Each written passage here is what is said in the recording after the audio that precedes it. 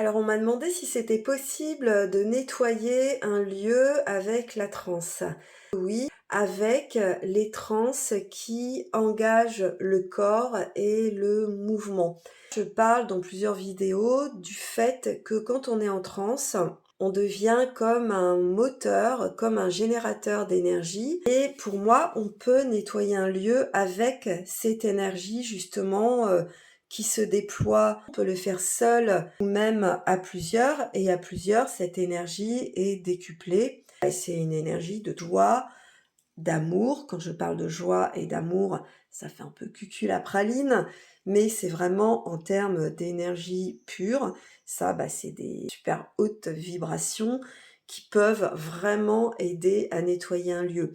Alors aussi, quand on arrive dans un lieu, généralement, ce qu'on perçoit, c'est des résidus émotionnels des habitants et on peut retrouver des traces de ces résidus émotionnels des habitants actuels et aussi d'autres habitants qui sont passés dans le lieu, même il y a longtemps.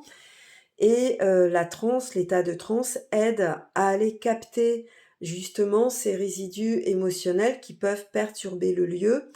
Et aussi, l'état de transe aide à s'ouvrir à d'autres champs d'information et de pouvoir capter des présences invisibles. Alors des présences invisibles, il y en a partout, on n'a pas besoin d'aller toutes les capter et de les faire partir. En fait, elles étaient là, bien avant peut-être qu'une maison soit construite ou bien avant nous.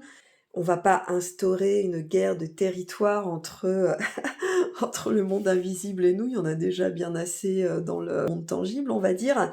Mais par contre, on peut, en état de transe, instaurer un dialogue avec, cette présence ou ces présences et la transe va aider à instaurer un dialogue et peut-être apaiser la cohabitation.